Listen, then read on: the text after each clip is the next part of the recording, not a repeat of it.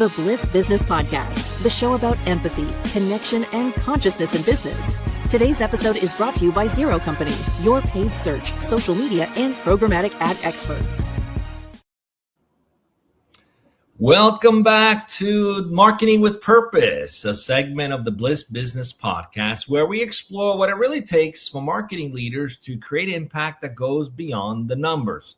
I'm Tullio, and in each episode, we sit down with marketing experts to explore their leadership approach and strategies that drive performance and resonate with their audience. Together, we'll dive into what's working, what's not, and how purpose and empathy can transform the way brands connect with people. All right, let's get started. Today, I'm joined by one of our own, Kevan Zameni. He's a digital marketing specialist right here at Zero Company. Kevan specializes in creating and managing and optimizing complex PPC campaigns across Google Ads and other major paid media platforms, including Reddit, Facebook, Instagram, Twitter, and LinkedIn.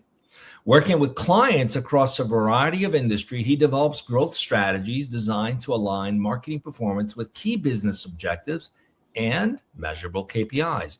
Alongside paid media, Kevan also helped brands improve SEO through on-site optimization, content enhancements, and search best practices that strengthen long-term visibility and growth. We're going to explore aligning marketing with business growth. And I'm excited to dive right into this conversation and see how strategic marketing execution can directly support scalable business outcomes. Welcome to the show, Kevan. Thank you, Tullio. Good to be here. So before we dive in, I'd love to hear why was aligning marketing with business growth the topic you chose to explore with us today? And why do you think this is so important right now? I chose this topic because I think it's super relevant today. I think a lot of marketing teams seems to get disconnected from the business outcomes.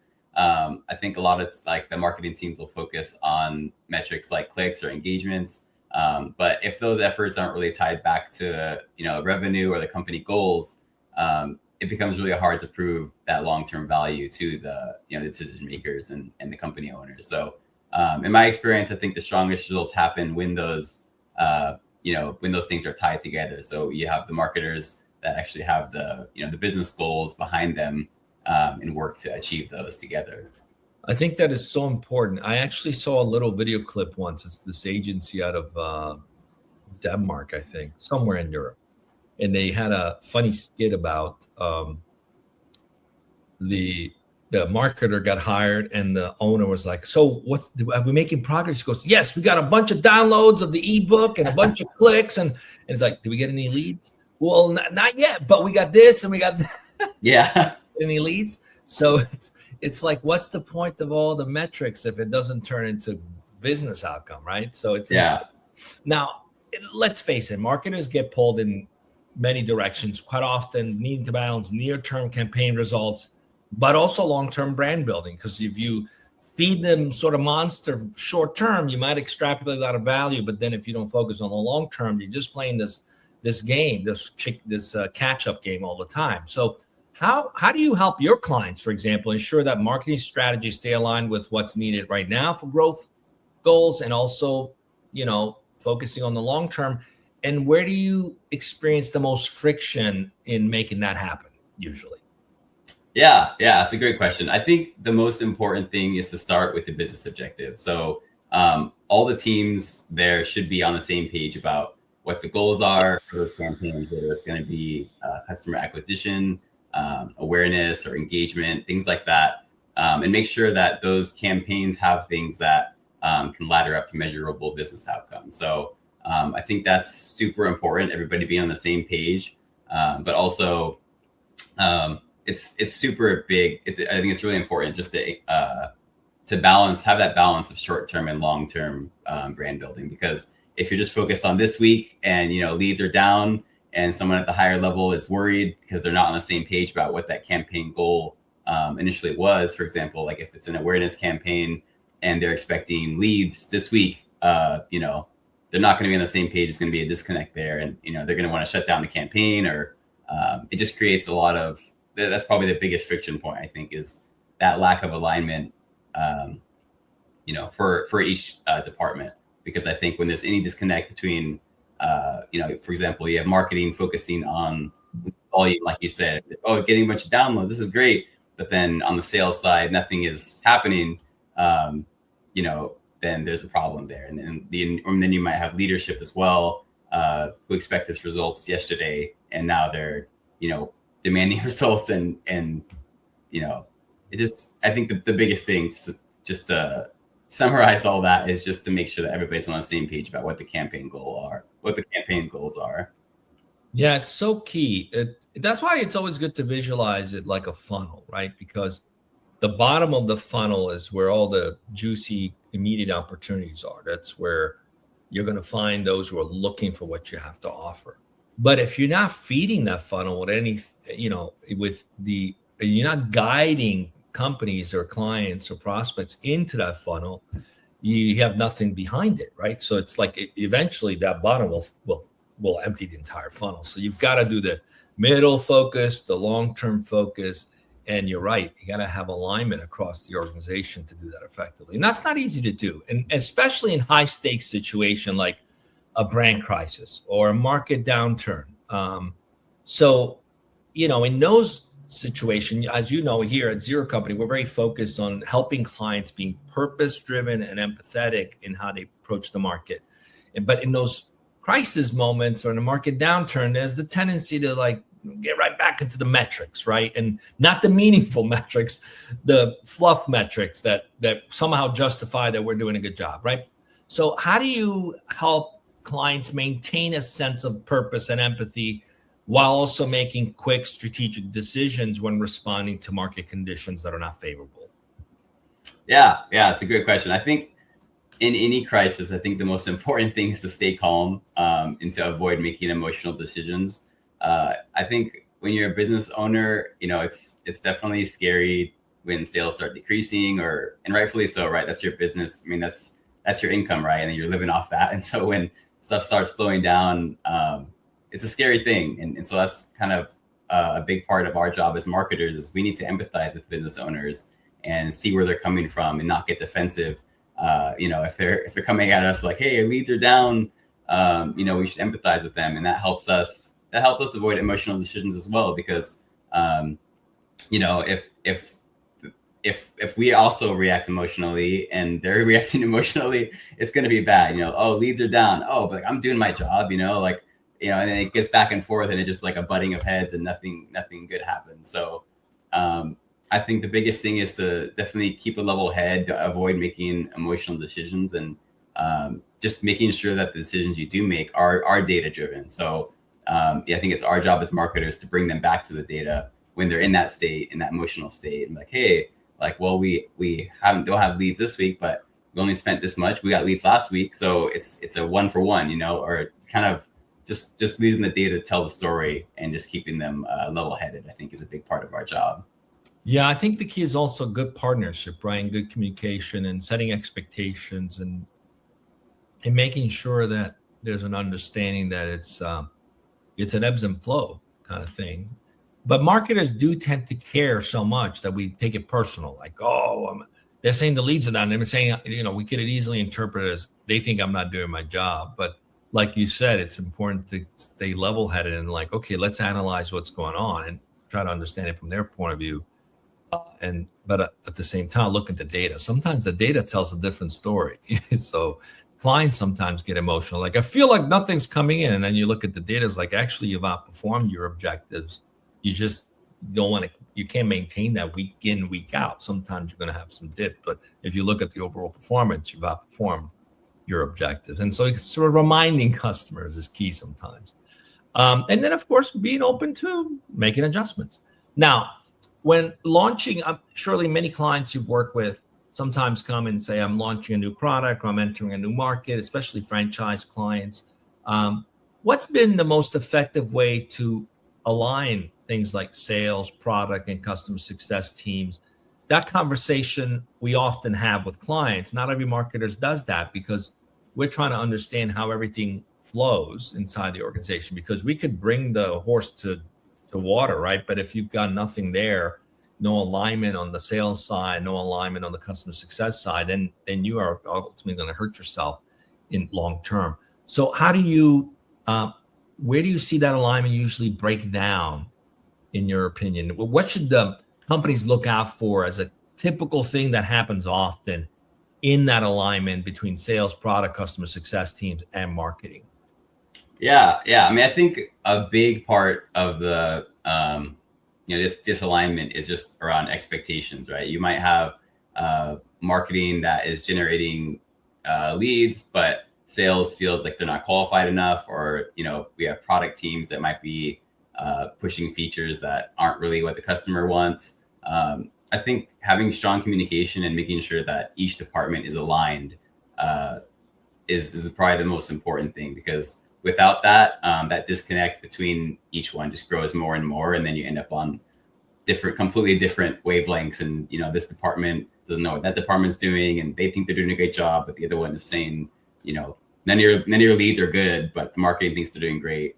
So I think the hardest thing to do, and it's very hard in big companies, right? Because there's so many parts, so many pieces involved, that to get those departments on the same page, I think normally they're siloed in many companies, right? So it's very hard to get those departments on the same page. They're all trying to impress their boss, but they're not thinking about, what sales is doing, or what leadership is doing, or marketing. So it's getting that alignment is probably the hardest thing, but I think it's the most important, just to unite them and have that common purpose, common target, messaging, all that stuff. Yeah, this is often when CMOs fail, where they fail, they very focused on the marketing metrics and don't realize that their job is actually to get that alignment, to work through those issues, to communicate expectations, to really work across the aisle, across the departments, to get that alignment. It's so key. That's leadership. That's ultimately what a CMO is job is to lead the organization in such a way so that what's being put out there is actually resonating with customers. There's feedback loops coming in, so the product can be adjusted, the service can be adjusted, the way you market can be adjusted, the way you sell and close can be adjusted. Someone has to own that. And that's usually the CMO. And as marketers, we have a duty to ask those questions and not be afraid to ask them. Okay, so let's talk about some customer insights that drive strategy. Can you share a time when maybe a customer feedback, something learned through some campaign or some behavior data that you were able to provide to the client that shifted completely their campaign direction? And what did that teach you about balancing intuition and analytics? Sometimes you look at the data and it all lines up, but you're like, I just feel like something's off. I heard this from clients. The sort of sentiment is saying something else. Let's talk about it. Can you tell a story maybe where that was shifted the direction and helped the client get better alignment? Yeah, I mean, I think there's a lot of times where a lot of situations where your intuition tells you one thing and the data tells you another, right? You might have an audience in your head that, this makes a lot of sense, for a wine company or something like that. You might think like, vineyards or, I don't know. Sometimes you just have to try different things, right? And so sometimes you'll try one thing based on intuition, like, I think that would be they'd be really interested in that. And then you might see engagement metrics that look great. You're like, this is campaign is performing great. But then after checking in with the sales side, you see there's nothing going on. So I think once you get that feedback is, that's the best part is that's when you can make those adjustments. But without that communication between, you and the business owner or the decision maker, then you can't have that, right? And that's the most important part about marketing is those adjustments that you make every time something, just stay in communication, right? Because you can't know stuff is going well if you're just focused on the metrics. But everybody's watching 15 seconds of the video, so everything's going great,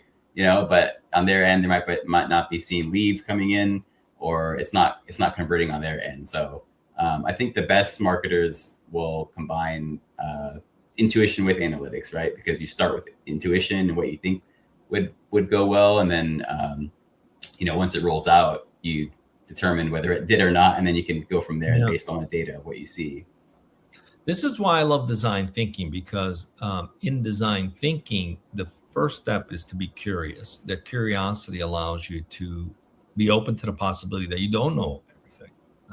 And this is where a lot of companies get or founders get caught up in, is that they'll chase something that they feel intuitively is the right thing because they've been in the space for a long time, but don't validate it against the data or against sentiment from customers, and then wonder why the marketers are not making it happen, right? So I love design thinking because you first have to learn what is the problem we're actually solving. Let's fall in love with that. And then you test it and prototype it so that you see if the data actually aligns with what you've learned.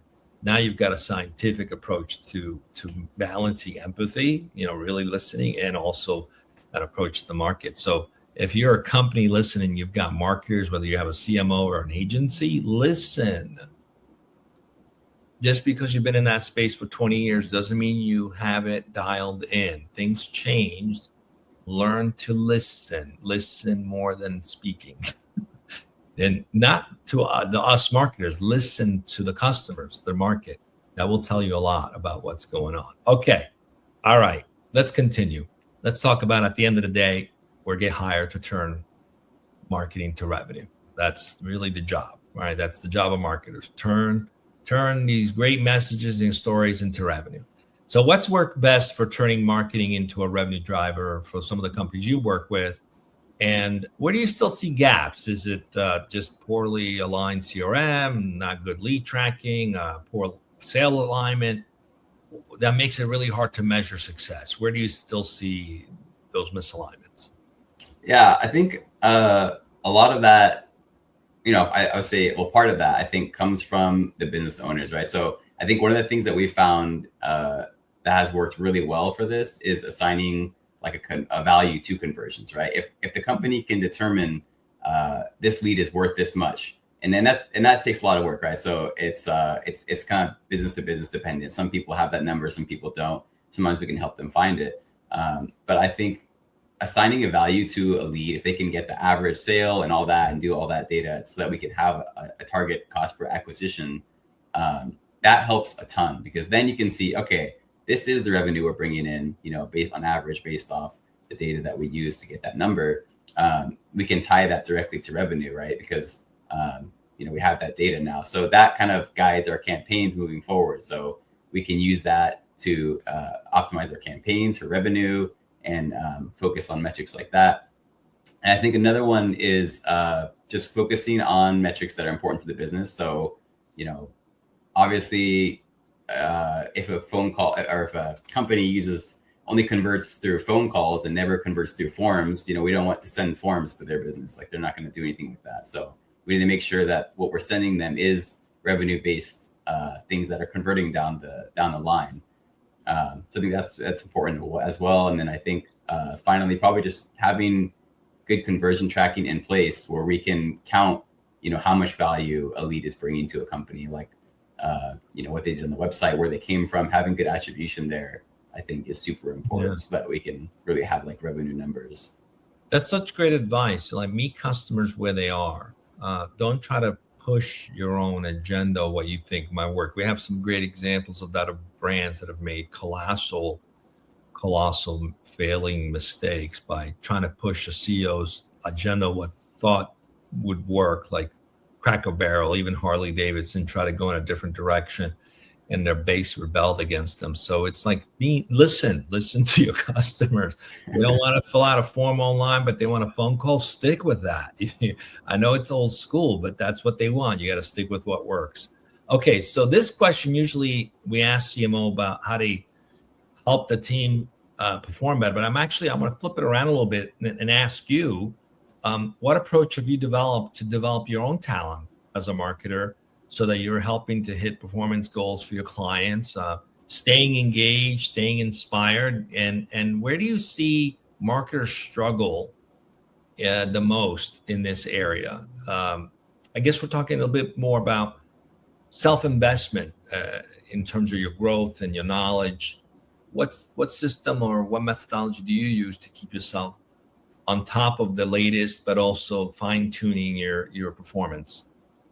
Yeah, I mean, I think I'm always looking for information because things are always changing, right? So I think we have so many platforms that we use. You have Google, Reddit, LinkedIn, Facebook, Instagram, all those, and they're constantly changing. So you kind of have to be on top of, what's changing in those platforms, because they can have very different outcomes depending on which campaign you're using, all that technical stuff.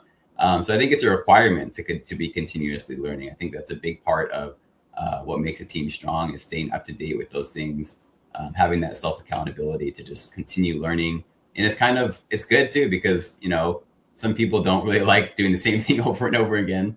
And I think marketing is one of those things that's always changing, whether, it's the medium that's used, or just very interesting. You think about marketing like 100 years ago, how different it was compared to now, or, what methods they used then.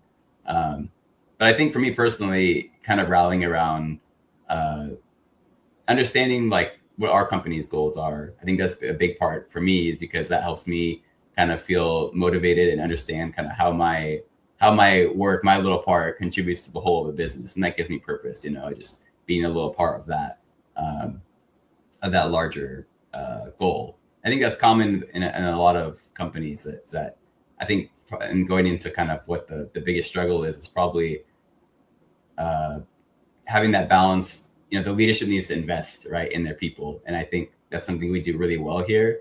And a lot of companies don't have that. They might be more concerned with the output that the employee is doing, and don't really invest so much in them. So they just kind of feel like they're doing tasks, and it feels kind of monotonous. Like, I could do tasks anywhere, But if you have a company that stands beside you, kind of really helps you grow, and make you feel supported and challenged, then I think that's what employees want. They feel valued long term. This is so key, and I really want to stress this for companies. When you're choosing an agency or a marketer, choose one that has the latest certification as a company, but also its people have the latest certification. That means they're committed to continuously learning and improving and growing.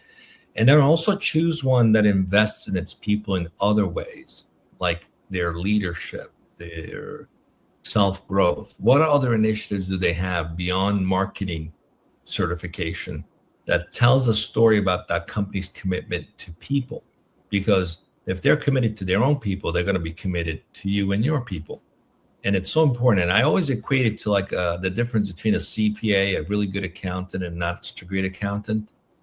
Because a good CPA keeps up with the trending different laws. And then when you do your taxes, if you're a business owner, you understand it can make a difference of thousands of dollars that you end up paying or not, based on having a good CPA.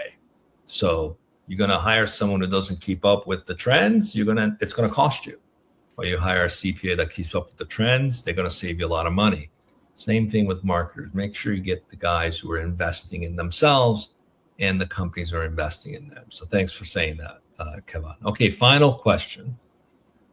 As you know, we're very big on purpose and empathy and impact. We believe the three are intertwined in everything that we do. So from your point of view, how does purpose and empathy shape the way you approach marketing today?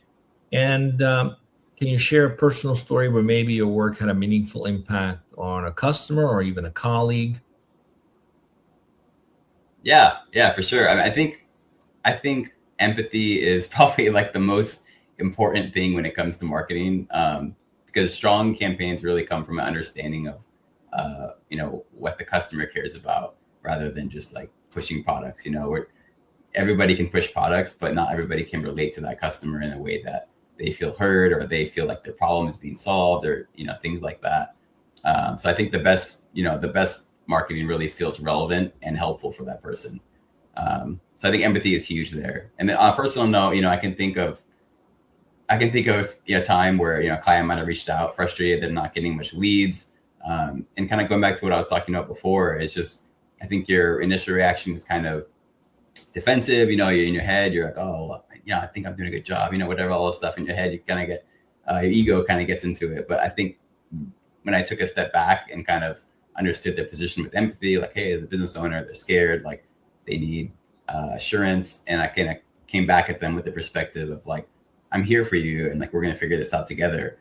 I was able to like diffuse the situation, and I could tell they kind of like, they weren't used to getting that response. They kind of came out looking for a fight, and I kind of just like, change their mindset into let them cool off a little bit and understand that, it's a problem that we both can solve together. And so I think that was cool, because I think that was an opportunity where I was able to like kind of make it, foster a relationship of like, we're in this together, instead of like it's you versus me and like, that kind of thing. So that was big.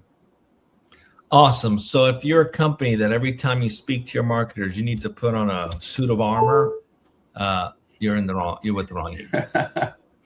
100%. Come talk to us. Okay. So Kevan, it's been great to have you. Thank you for joining us on the Marketing with Purpose series. Of course. Thank you for having me. I hope today's conversation sparked some new ideas for how you can align strategy, execution, and purpose in your own work. If you found value in this discussion, please like it, subscribe, or share it to keep the conversation going with others. And remember, great marketing doesn't just sell, it serves. See you next time.